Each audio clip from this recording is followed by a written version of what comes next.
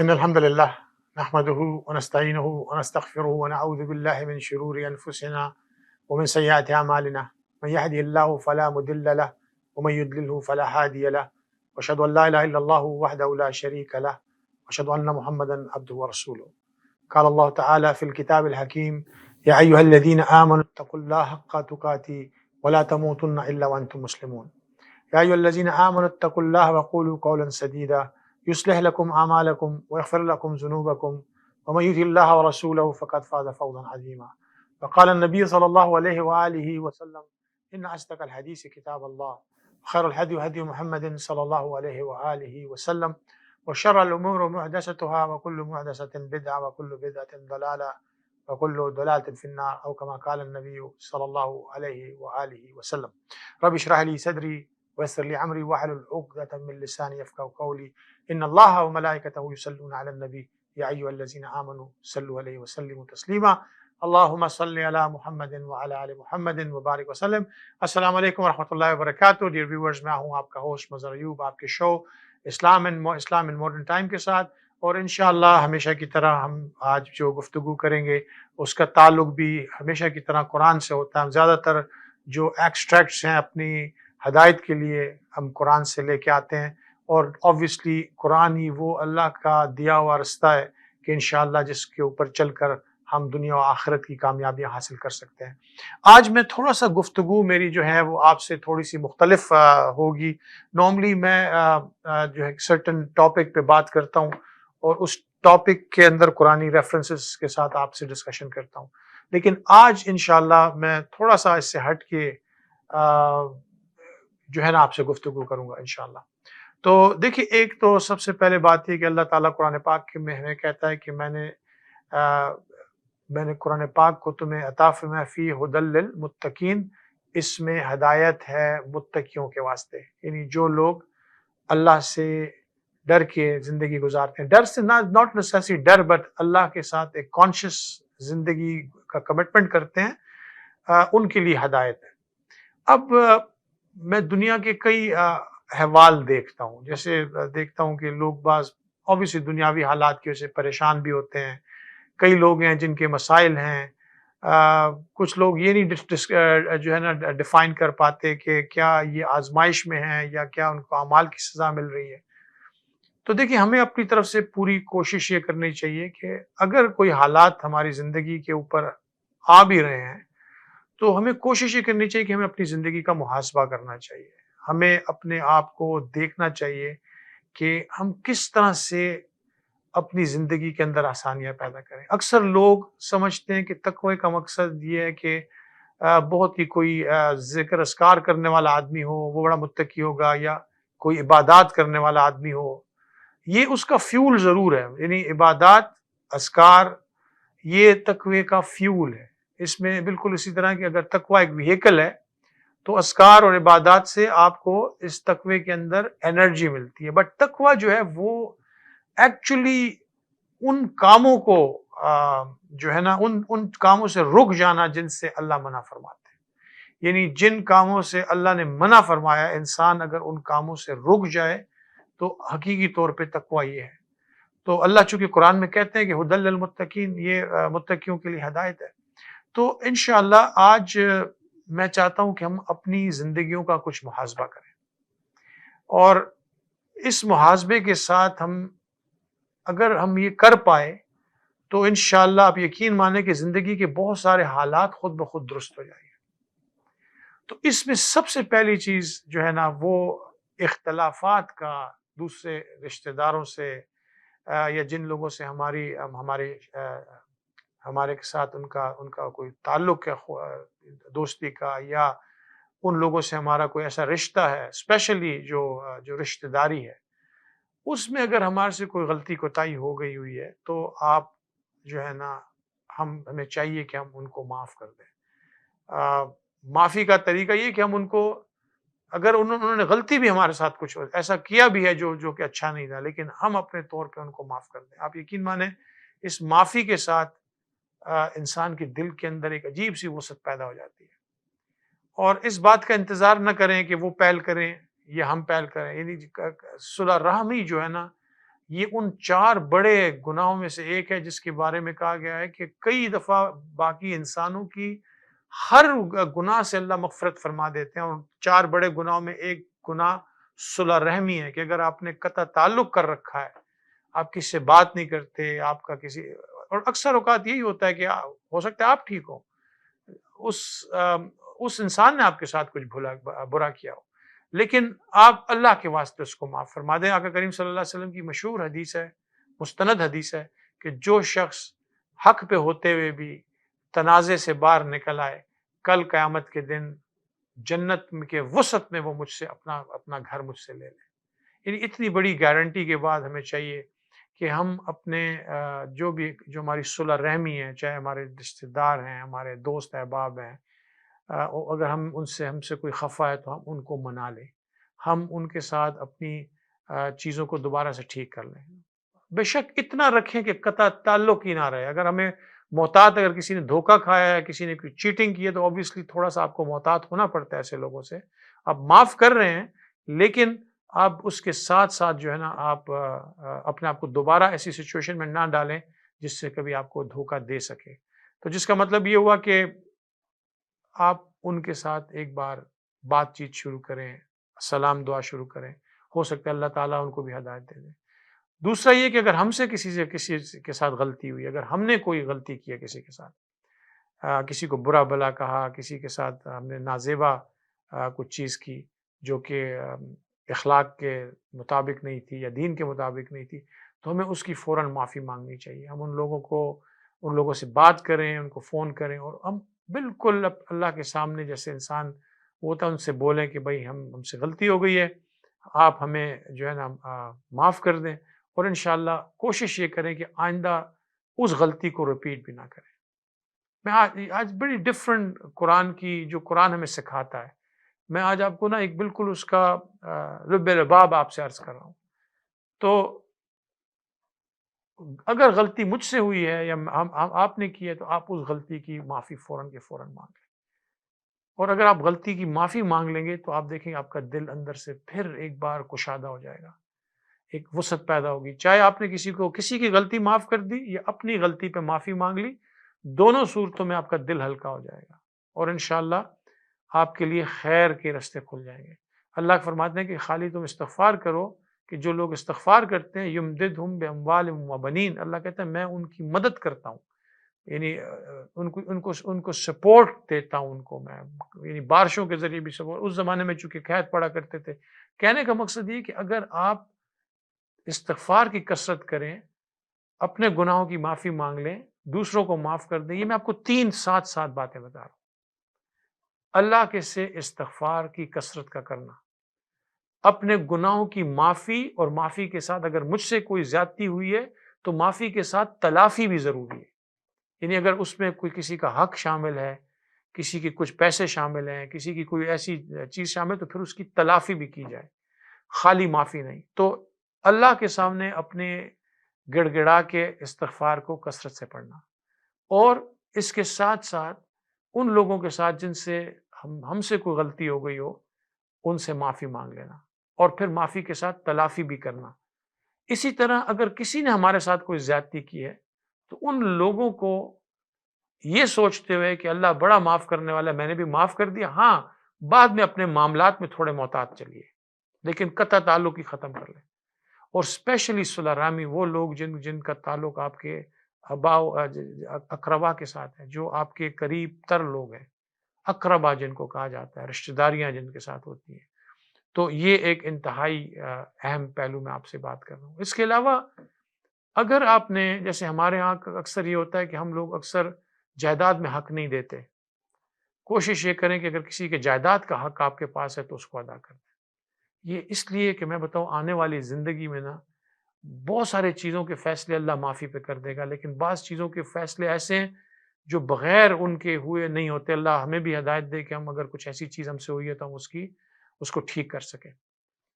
تو دوسری چیز یہ کہ کہیں پہ بھی، جیسے اکثر اوقات لوگ جائیداد کسی ایک کو مل جاتی ہے، اس کا حق کسی اور کا ہوتا ہے، تو اس حقوق کو ادا کرنے کے لیے اس حق کو ادا ضرور کر دیں۔ یعنی اپنی زندگی میں اس حق کو ادا کر دیں تاکہ کل قیامت کے دن وہ آپ کے ساتھ آ کے نا یہ معاملہ نہ کرے کہ تو نے میرا حق کھایا ہوا ہے۔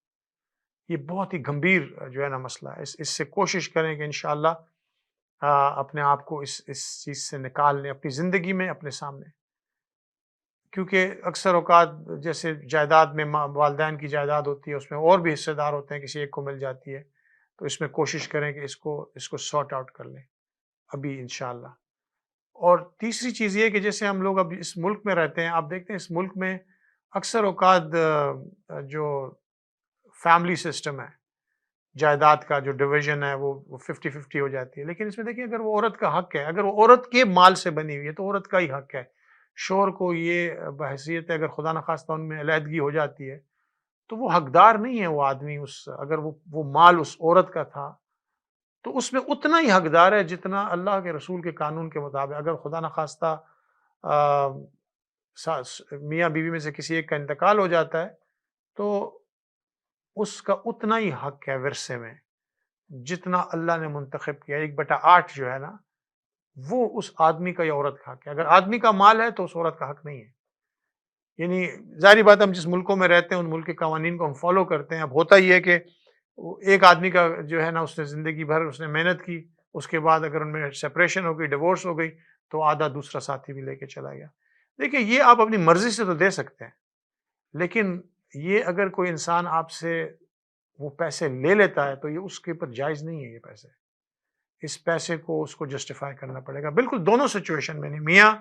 اگر میاں کا مال نہیں تھا خاوند کا اور عورت کے پیسے تھے تو سیپریشن کے وقت وہ آدمی اس کے آدھے پیسوں کا حقدار نہیں ہے، نہ ہی وہ عورت حقدار ہے اس آدمی کے آدھے پیسوں کی۔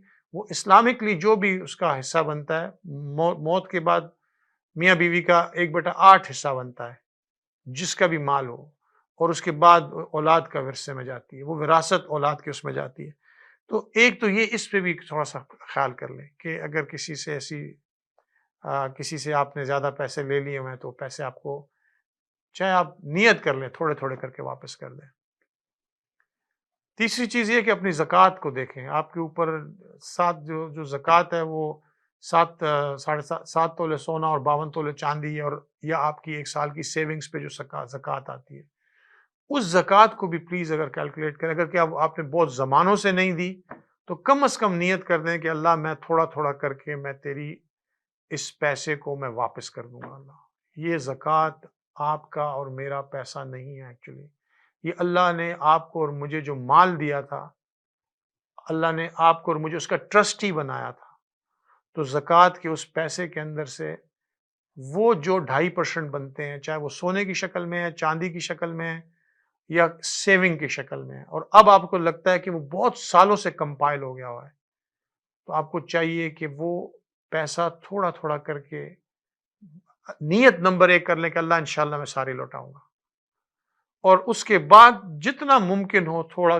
اللہ سے ایک معاہدہ کر لیں، اللہ میں تھوڑا تھوڑا تیرے زکوٰۃ کے پیسوں میں سے نکالتا جاؤں گا۔ آپ یقین مانیں، میں آپ کو گارنٹی دیتا ہوں اس بات کی، آپ جب تک اپنے مال کی زکوٰۃ دیتے رہتے ہیں نا، آپ کا مال پھلتا پھولتا رہتا ہے۔ جب آپ مال کی زکوٰۃ دینا بند کر دیتے ہیں، زکوٰۃ نام ہی پاک کرنے کا، آپ کے مال کو پاک کرنے کا، تو جیسے آپ زکوٰۃ بند کرتے ہیں، آپ یقین مانیں کہ مال کے اوپر بھی نحوست آ جاتی ہے، اس کا مصرف بھی جو ہے نا وہ ادھر آپ کو سمجھ ہی نہیں آئے گا میرا مال لگ کہاں رہا ہے۔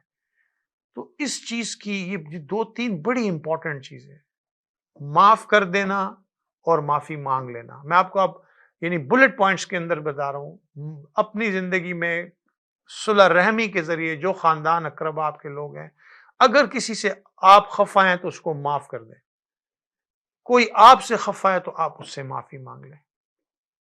نمبر 2، جو جائیداد میں سے کسی طرح سے بھی، چاہے وہ والدین کی جائیداد کا حصہ آپ کے پاس ہے، وہ اس کو کوشش کریں کہ ادا کر دیں انشاءاللہ۔ نیت کر لیں کہ میں نے ادا کرنا ہے اور کوشش کریں کہ ادا کر دیں۔ اور اسی طرح میں نے آپ سے کہا کہ میاں بیوی کا جو معاملہ اگر ان میں ڈیورس ہو گئی ہے اور وہ پیسہ کسی ایک کا تھا تو وہ دوسرے پارٹنر پہ جائز نہیں ہے، وہ آدھا مال لے جانا اس پہ جائز نہیں ہے۔ بہرحال اس پہ بھی آپ دیکھ سکتے ہیں، نیگوشیٹ کریں جو چیز جس طرح ممکن ہو سکتی ہے۔ اور تیسری چیز میں نے آپ سے یہ بولی کہ زکوٰۃ کو جو ہے نا وہ اگر آپ کے ذمے بنتی ہے تو زکوٰۃ کو ادا کر دیں. یہ آپ یقین مانیں کہ آپ کے بہت سارے رستے اللہ پاک ایسے کھول دیں گے کہ آپ کو کسی کے پاس جانے کی ضرورت نہیں پڑے گی. خود بخود آپ کی زندگی میں آسانیاں آنی شروع ہو جائیں گی. خود بخود آپ کی زندگی کے اندر جو ہے نا آپ دیکھیں گے کہ انشاءاللہ اتنی رہل پہل آ جائے گی کہ آپ حیران ہو جائیں گے. آپ کے پاس، میں آپ کو لٹرلی یہ بات بتا رہا ہوں، یہ میں آپ کو تجربے کی بات بتا رہا ہوں. ایک تو ہمارا ایمان اللہ کے اور رسول کے احکام پہ ہے، ہم تجربوں پہ ویٹ نہیں کرتے کیونکہ ہمارا اس بات پہ ایمان ہے، لیکن میں آپ کو تجربوں پہ بھی کہہ رہا ہوں کہ لوگوں کے تجربوں پہ بھی میں بتا رہا ہوں جن لوگوں نے اللہ اور رسول کے ساتھ اپنا معاملہ سیدھا کیا اور مخلوق خدا کا جو معاملہ ان کے ساتھ تھا ٹھیک کیا، اللہ پاک نے ان کے سارے معاملے سیدھے کر دیے. تو کوشش یہ کریں کہ اس چیز کو آپ اپنی زندگی میں رائج کریں.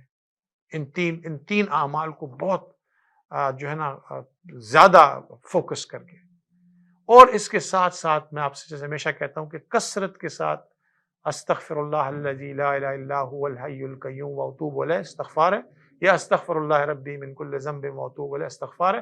کوئی سا مختصر استغفار اگر آپ پڑھتے ہیں اپنی زبان پہ استغفار کو جاری رکھیں. انشاءاللہ آپ دیکھیں اللہ کا پرومس ہے کہ اللہ تعالیٰ فرماتے ہیں یمددکم باموال وبنین، میں تمہاری غیب سے تمہاری مدد کروں گا مختلف شکلوں میں.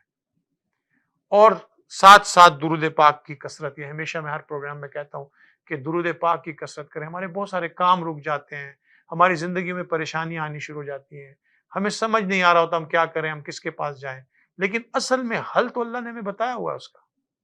اللہ پاک نے تو اس کا سارا حل ہمیں، اللہ کے رسول نے ہمیں ساری چیزیں کھول کھول کے بتا دی. تو ان تین اعمال کو جو میں نے آپ سے ذکر کیا، قطع رحمی کا صلح کی شکل میں اس کو اختیار کریں. زکوٰۃ اگر ذمے ہے تو اس کو ادا کر دیں، اگر نہیں فور لمسم کر سکتے تھوڑی تھوڑی کر کے ادا کر دیں، اور اگر کسی کا حق ہے تو حق ادا کر دیں. تو انشاءاللہ آپ دیکھیں گے کہ اللہ پاک زندگی کے اندر آسانی پیدا کرے گا. اس کے علاوہ جو چیزیں جو میں نے آپ سے کہا کہ تقوی کا جو بینچ مارک ہے، وہ اعمال جو اللہ ہم سے چاہتا ہے وہ ہم وقت پہ کریں، اور جن اعمال سے اللہ ہمیں منع کرتا ہے ان سے ہم رک جائیں. جو اللہ پاک ہمیں جن چیزوں کو کرنے کو کہتے ہیں وہ ہم کریں، اور جن چیزوں کو اللہ ہمیں منع کرنے کو کہتے ہیں ہم نہ کریں. تو آپ اس سے دیکھیں گے کہ آپ کا تقوی کا لیول ایلیویٹ ہو جائے گا انشاءاللہ. اگر اور اسپیشلی ان ڈونٹس کو جب آپ اختیار کر لیں گے، فار ایگزامپل اللہ کہتے ہیں کہ جھوٹ نہ بولو، الصدق ینجی، رسول اللہ نے فرمایا والکذب یہلک، تمہارا سچائی تمہیں نجات دیتی ہے، تمہارا جھوٹ تمہیں ہلاکت میں ڈالتا ہے. کوشش یہ کریں کہ جھوٹ نہ بولیں حتی الامکان، چاہے آپ کو فیل ہو کہ اس میں میرا نقصان ہو جائے گا. ہو سکتا ہے آپ کو میری باتیں مشکل لگ رہی ہوں لیکن آپ کی زندگی کو آسان کر دیں گی. میں آپ کو گارنٹی سے کہتا ہوں، یہ باتیں مشکل لگتی ہیں لیکن گارنٹی سے کہتا ہوں آپ یہ اختیار کریں انشاءاللہ آسان ہو جائے گا. الصدق ینجی، سچائی نجات دیتا ہے، والکذب یہلک، اور جھوٹ انسان کو اس میں ڈال دیتا ہے، ہلاکت میں ڈال دیتا ہے. اس سے بچیں. چغلی سے بچیں. دوسرے لوگوں تک چغلی کو لگانا انتہائی خطرناک کام ہے. یعنی ایک انسان کی بات دوسرے تک چغلی کی شکل میں لگانا، یہ اللہ کے ہاں ناپسندیدہ ترین بات ہے. جھوٹ سے بچیں، چغلی سے بچیں، غیبت سے بچیں. وَلَا يَغْتَبْ بَعْضُكُمْ بَعْضًا أَيُحِبُّ أَحَدُكُمْ، کیا تم میں سے کوئی یہ پسند کرے گا، دیکھو ایک دوسرے کی غیبت نہ کیا کرو، کیا تم میں سے یہ کوئی پسند کرے گا کہ اپنے مرے ہوئے بھائی کا گوشت کھائے، فَكَرِهْتُمُوهُ، تم کراہت کرو گے. اتنا گندا گناہ ہے. کوشش کریں کہ غیبت سے بچ جائیں. اپنے آپ کو غیبت کی اگر عادت بھی پڑ چکی ہوئی ہے تو توبہ کر کے اس غیبت کی عادت سے باہر نکل آئیں. اگر آپ کسی کے ساتھ بیٹھتے ہیں، خیر کی بات کریں، کچھ اللہ کی بات کریں، کوئی رسول کی بات کریں، اس کے علاوہ کوئی اور پروڈکٹیو بات کریں، کسی کے بھلے کی بات کریں. کوشش کریں کہ نہ غیبت کریں، کسی کی بھی غیبت نہ کریں. اگر آپ نے برائی دیکھ بھی لی ہے، اپنے دل میں رکھ کے اللہ سے اس کی اصلاح کی دعا مانگ لیں. اللہ تو اس کی اصلاح، کیونکہ غیبت کہتی اس کو ہے کہ واقعی وہ برائی اس انسان کے اندر ہونا. ہاں اگر کسی انسان کی اصلاح کے لیے اگر آپ کو کسی سے بہت ہی ڈھکے چھپے الفاظ میں بات کر کے، تو اس کی تھوڑی سی گنجائش اس لیے نکل آتی ہے کہ آپ اس کی اصلاح کرنے کے لیے، لیکن صرف بات برائے بات، گاسپ کے لیے کہ یہ بات کرنا، یہ اللہ کے ہاں ناپسندیدہ عمل ہے. اس ساری چیز سے بچیں، غیبت سے بچیں. اللہ نے اس کو تشبیہ دی ہے کہ گویا کہ مرے ہوئے بھائی کا گوشت کھانا۔ اس کے علاوہ آپ کو جو میں بات بتاؤں کہ کوشش یہ کریں کہ اپنی زبان کے اندر حلاوت پیدا کریں، دوسرے کے لیے خیر کا کلمہ نکالیں۔ اللہ تعالیٰ فرماتے ہیں یا ایھا الذین آمنوا اتقوا اللہ، اے ایمان والو اللہ سے تقوی اختیار کرو، وقولوا قولا سدیدا، اور صاف ستھری سیدھی بات لوگوں سے کیا کرو، صاف اسٹریٹ فارورڈ بات کیا کرو۔ اس سے کیا ہوگا؟ یصلح لکم اعمالکم، اللہ تمہارے اعمال کی اصلاح بھی کر دے گا، ویغفر لکم ذنوبکم، اور تمہارے گناہوں کو بھی معاف کر دے گا۔ ہمارے ساتھ رہیے، انشاءاللہ ایک چھوٹے سے بریک کے بعد ہم واپس حاضر ہوتے ہیں۔ ان الحمدللہ، اللہم صلی علی سیدنا محمد وصحبہ سیدنا محمد وبارک وسلم۔ آج ہم بات کر رہے تھے قرآن کے ان اعمال کے حساب سے جس سے ہم اپنی زندگیوں کی اصلاح کر سکتے ہیں۔ تو ہم نے اس کے پہلے حصے میں جو گفتگو کی اس میں ایک بار تھوڑا سا پھر اس کو ریپیٹ کر دوں گا کہ تاکہ ایک ریمائنڈر کی شکل میں ہمیں یہ یاد رہے۔ اس کو ریپیٹ کرنا صرف اس لیے کہ ہم یہ چیز اس کو اپنے جو ہے نا پلو سے باندھ لیں۔ تو ایک سب سے امپورٹنٹ جو اس وقت آپ سے ہم گفتگو کر رہے ہیں کہ صلح رحمی جو ہے وہ اپنے ساتھ کسی سے معافی مانگنا، کسی کو معاف کر دینا بہت امپورٹنٹ بات ہے۔ زندگی کو ہم نے اپنی آنے والی زندگی کا سنوارنی ہے، اور دنیا کی زندگی کے اندر ہم نے اپنے معاملات سیدھا کرنے ہیں، تو ہمیں لوگوں کو معاف کر کے صلح رحمی کا مظاہرہ کرنا چاہیے، معاف کر دینا چاہیے اگر کسی نے غلطی کی ہے، اور معافی مانگ لینی چاہیے اگر ہم نے غلطی کی ہے۔ زکوٰۃ اگر ہمارے ذمے ہے تو اس کو ادا کر دیجیے، اور اس کے ساتھ ساتھ میں نے آپ سے عرض کی اگر کسی کا حق ہے تو وہ حق اس کو ادا کر دیں، چاہے وہ جائیداد میں ہے، پراپرٹی میں ہے، کسی اور شکل میں ہے۔ اور اس کے ساتھ ساتھ جو بنیادی بعض برائیاں، سوشل ایول جو ہم کرتے ہیں، جیسے میں نے آپ سے کہا کہ چغلی سے بچا جائے، غیبت سے بچا جائے، سلینڈرنگ، بہتان سے بچا جائے۔ کسی پہ بہتان باندھنا بہت بڑی گناہ ہے۔ ہم اکثر اوقات بغیر سوچے سمجھے جانے ثبوت کے ہم لوگوں پہ بہتان باندھتے ہیں۔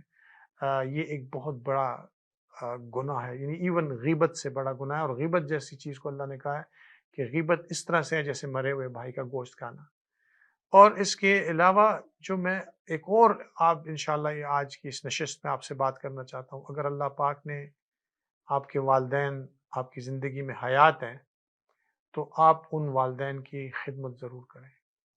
ان کو دیکھیں، اکثر اوقات ماں باپ تو صرف دعا دیتے ہی ہیں، ماں باپ کو اللہ نے ایسا بنایا کہ وہ اپنی اولاد کے لیے دعا کرتے ہی ہیں، لیکن ایک دعا کا دینا ہے، ایک اپنے آپ کو اس قابل کرنا ہے کہ ماں باپ سے دعا لی جائے ان کے ساتھ، اور وہ بہت تھوڑے پہ خوش ہو جاتے ہیں ایکچولی۔ جس سے دنیا میں آپ دیکھیں گے کہ دنیا آپ سے خوش نہیں ہوتی، آپ کسی کے لیے کچھ بھی کر لیں وہ لوگ آپ سے خوش نہیں ہوتے، لیکن ماں باپ کو اللہ نے ایسا بنایا ہے کہ اگر آپ ماں باپ کی تھوڑی سی بھی خدمت کرتے ہیں تو اللہ تعالیٰ بھی خوش ہوتا ہے، اور ماں باپ کی جو دعا ہے وہ آپ کی زندگی، دنیا آخرت کی کامیابیوں کا نشانہ بن جاتی ہے۔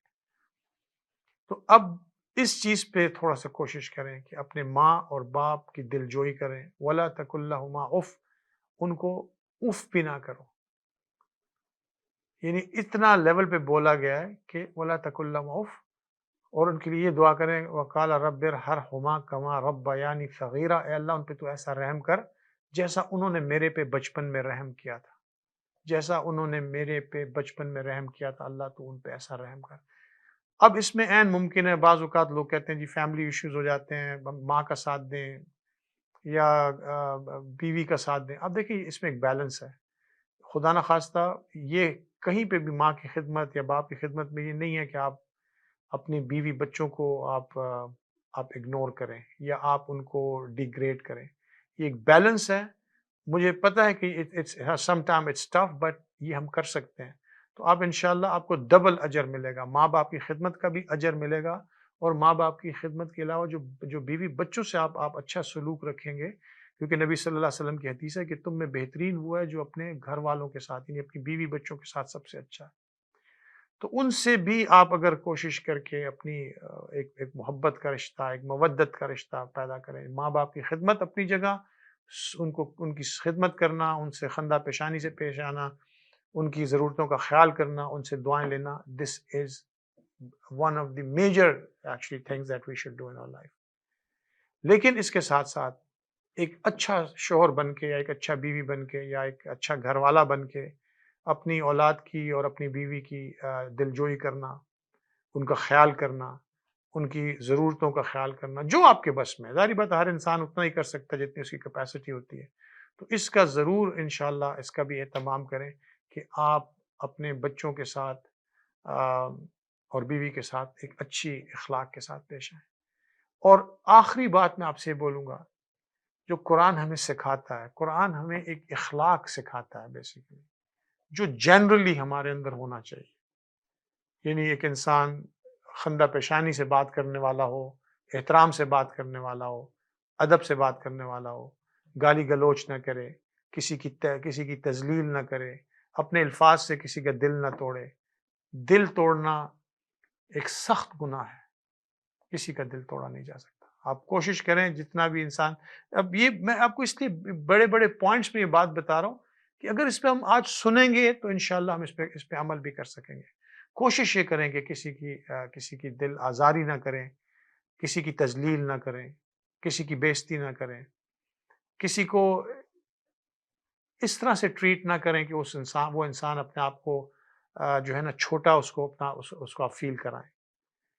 یہ بڑی بنیادی چیزیں اور ایک سرٹن کریکٹر بلڈ کرتی ہیں۔ آپ یقین مانیں جب آپ اور میں اس پہ کوشش کریں گے نا تو آپ دیکھیں گے کہ آپ کی شخصیت کے اندر ایک تناور شخصیت پیدا ہو رہی ہے۔ یعنی انسان جو ہے نا لقد خلقنا الانسان فی احسن تقویم، یہ جو خوبصورت اللہ نے انسان کی تخلیق کی ہے، یہ اس کے اندر موجود ہیں یہ چیزیں۔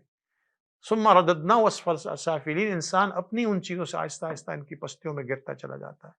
تو اگر انشاءاللہ ان چیزوں پہ آپ اور میں کوشش کریں گے، آپ یقین مانیں کہ آپ کی اور ہمارے کردار میں، اخلاق میں ایک ڈفرنٹ لیول کا ایک چینج پیدا ہوگا۔ اور انشاءاللہ اس چینج سے جب آپ اور میں ایک شخصیت بن جائیں گے تو آپ یقین مانیں لوگ دل سے دعا دیں گے آپ کو۔ یعنی جو بھی آپ سے ڈیل کرے گا وہ آپ کے ساتھ اچھا اس کو فیل ہوگا۔ اور اس میں ایک بنیادی طور جو میں اکثر آیت پڑھتا ہوں کہ یا ایھا الذین آمنوا اتقوا اللہ، ایمان والو اللہ سے تقوی اختیار کرو، وقولوا قولا سدیدا، سیدھی اسٹریٹ سچی بات بولو۔